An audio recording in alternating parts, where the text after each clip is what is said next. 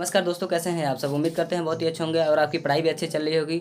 आज हम बात करने वाले हैं प्लासी का युद्ध जो कि 1757 में हुआ था। इसका तत्कालीन कारण ये था कि काली कोठरी की घटना और 20 जून 1756 ईस्वी को हुआ था ये काली कोठरी की घटना। ठीक है, काली कोठरी की घटना कब हुई थी? 20 जून 1756 ईस्वी को हुआ था। इसमें इसकी कमरा जो था 18x14 का था और इसमें लोग कितने भरे, जिसमें तारा ऊपरी भरने के कारण इसमें 123 लोगों की मृत्यु हो गई और 23 लोग जीवित बचे। क्या बचे? 23 लोग जीवित बचे। यहाँ से सीधे सीधे क्वेश्चन बनता है कि काली कोठरी घटने में कितने लोग भरे गए थे? तो 146 लोग। और कितने लोग बचे थे? तो 23 लोग बचे थे।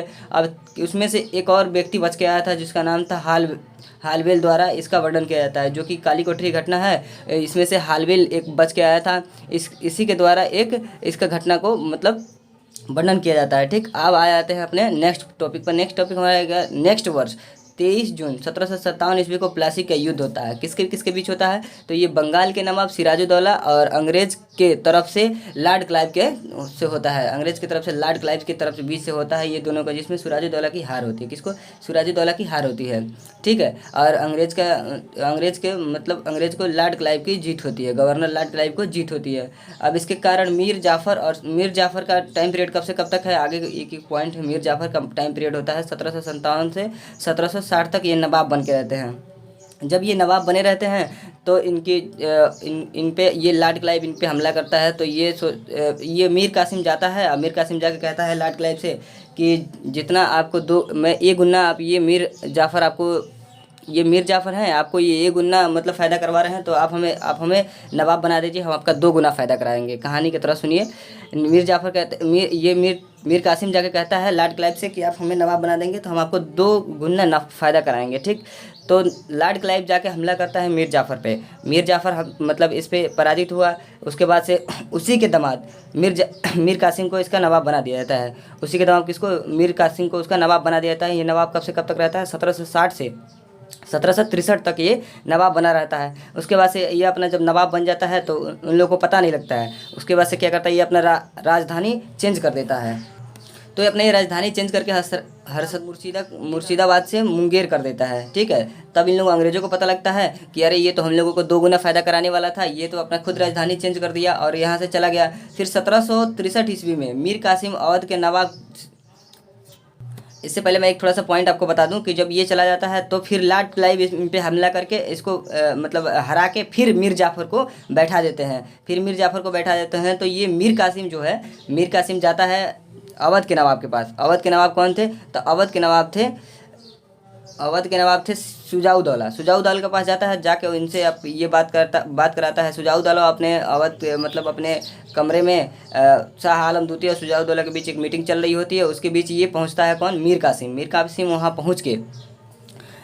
वहाँ पहुँच के ये बातें सब बताता है। तो वहाँ शाह आलम द्वितीय और बंगाल के नवाब सिराजुद्दौला भी उनके साथ जाते हैं युद्ध में, जिसमें इस युद्ध में अंग्रेजों के लॉर्ड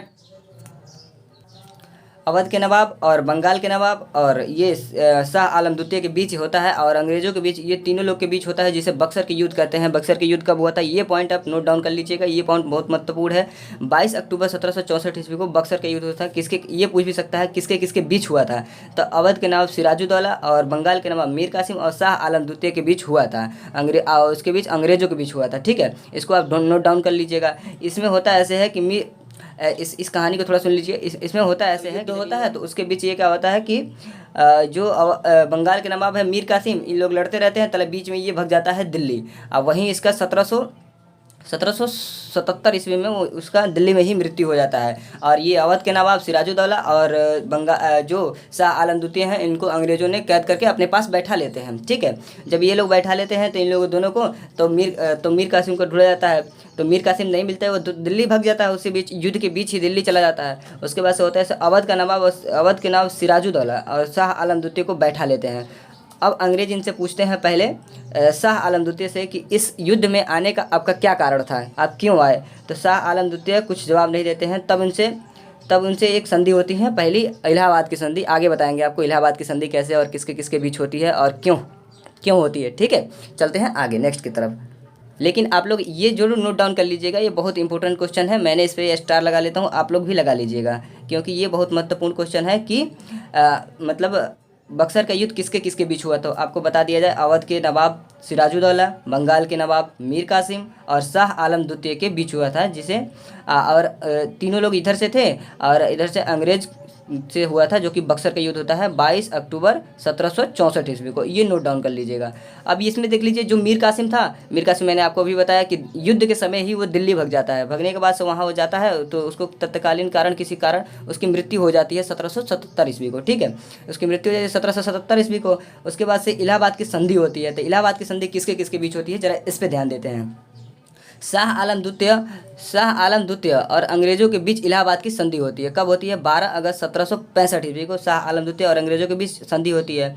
अब इनसे पूछा जाता है कि आप इस युद्ध में क्यों आए, तो ये कुछ जवाब नहीं दे पाते हैं। तो इसके बाद से अंग्रेजों ने सोचा कि इनको क्या बिना फालतू निर्दोष थे, ये युद्ध में आ गए थे। आपको एक ओवरव्यू बता देता हूँ समझने के लिए कि ये युद्ध में आ गए थे। तो इनसे मांग करते हैं, सब अंग्रेज मांग करते हैं बंगाल, बिहार, उड़ीसा, ये तीनों राज्य इनसे मांगे करते हैं। तो शाह आलम द्वितीय कहते हैं कि आप लोग ये ले लीजिए और हमारी जान बख्श दीजिए। तो क्या करते हैं कि इसको बंगाल और बिहार और उड़ीसा अंग्रेजों के देकर ये अब चले जाते हैं वहाँ से। अब चलते हैं अगले नेक्स्ट टॉपिक पे। यहाँ क्वेश्चन यही बन सकता है कि इलाहाबाद की संधि, फर्स्ट संधि किसके किसके बीच हुई थी, शाह आलम द्वितीय और अंग्रेजों के बीच हुआ था। कब हुआ था, तो 12 अगस्त 1765 ईस्वी को हुआ था। ये सीधे क्वेश्चन एग्जाम में बन सकता है कि इलाहाबाद की संधि पहली संधि किसके और किसके बीच हुई थी। तो आप लोग अगर जो उसमें शाह आलम द्वितीय और अंग्रेजों के बीच हुआ था, अब कब हुआ था, तो 12 अगस्त 1765 ईस्वी को हुआ था। ये सीधे सीधे यहाँ से क्वेश्चन बन सकता है। ठीक है, अब चलते हैं अपने नेक्स्ट पॉइंट पे। क्यों हुआ था, क्या लेने के लिए किए थे, तो अंग्रेज किए थे बंगाल और बिहार और उड़ीसा को अंग्रेजों को मतलब कौन दिए थे, तो शाह आलम द्वितीय दिए थे। ठीक है, उसके बाद से जब वो हो जाता है, मतलब वो चले उनको छोड़ देते हैं, तब वो आते हैं सिराजुद्दौला पे। ठीक है, अंग्रेज कहते हैं कि आपको क्या इसमें था कि सिराजुद्दौला आप इसमें आए थे, जो कि कहाँ के थे, अवध के नवाब थे। ठीक है, तो इलाहाबाद की फिर द्वितीय संधि होती है। इलाहाबाद की द्वितीय संधि किसके किसके बीच होती है, सिराजुद्दौला और अंग्रेजों के बीच होती है। सिराजुद्दौला और अंग्रेजों के बीच होती है।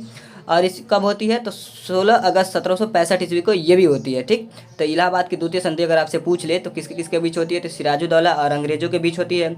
और कब होती है, ये सबसे महत्वपूर्ण क्वेश्चन बन जाता है कि कब होती है इलाहाबाद की संधि। तो इलाहाबाद की संधि कब होती है, 16 अगस्त 1765 ईस्वी को इलाहाबाद की संधि होती है। ठीक है, इसमें ये लोग मांग क्या करते हैं, तो ये सिराजुद्दौला से कहते हैं कि आप इलाहाबाद, और इलाहाबाद ये लोग क्यों मांगते हैं, पहले अभी सुनिएगा, मैं बताता हूँ आगे आपको चल कर क्यों मांगते हैं इलाहाबाद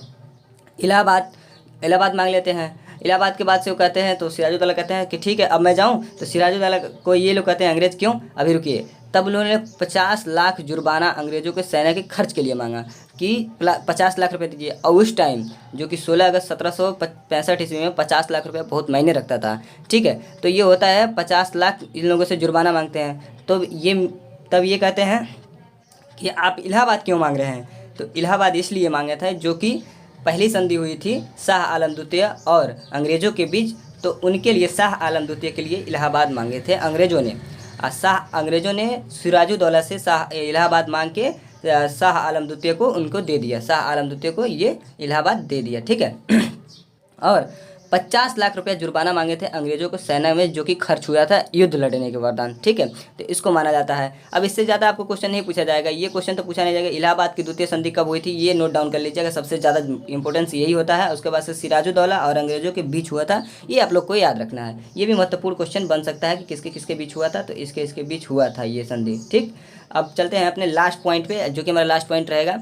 अब इसमें ज़्यादा आपसे पूछा नहीं जाएगा। 1763 से 1765 तक बंगाल का नवाब कौन रहा, तो मीर जाफ़र का जो पुत्र था निजामुद्दौला, तो वही अंतिम नवाब बना था। जो कि मीर जाफ़र का पुत्र था, वो अंतिम नवाब बना था। इसके बाद से बंगाल में नवाबों की शासन ख़त्म हो जाती है। उसके बाद से अंग्रेज़ों का भी राज्य चलने लगता है, बंगाल में नवाबों की हो जाती है। यहाँ से आपका क्वेश्चन यही पूछ सकता है कि मीर जाफ़र का पुत्र कौन था, तो आपको सीधा बता देना है निजामुद्दीन दौला था, अंतिम नवाब था। यही क्वेश्चन बन सकता है कि बंगाल का अंतिम नवाब कौन था, तो निजामुद्दीन दौला था, जो कि अंतिम नवाब था बंगाल का। ठीक है, आपसे यही क्वेश्चन बन सकता है, इससे ज़्यादा कोई नहीं बन सकता है। तो मैंने बहुत सी शॉर्ट फॉर्म में, जो कि 1757 की जो कि प्लासी का युद्ध था, मैंने ये आपको बता दिया। अब इससे ज़्यादा इसमें से क्वेश्चन नहीं बन सकता है। तब तक के लिए धन्यवाद, टेक केयर, बाय बाय।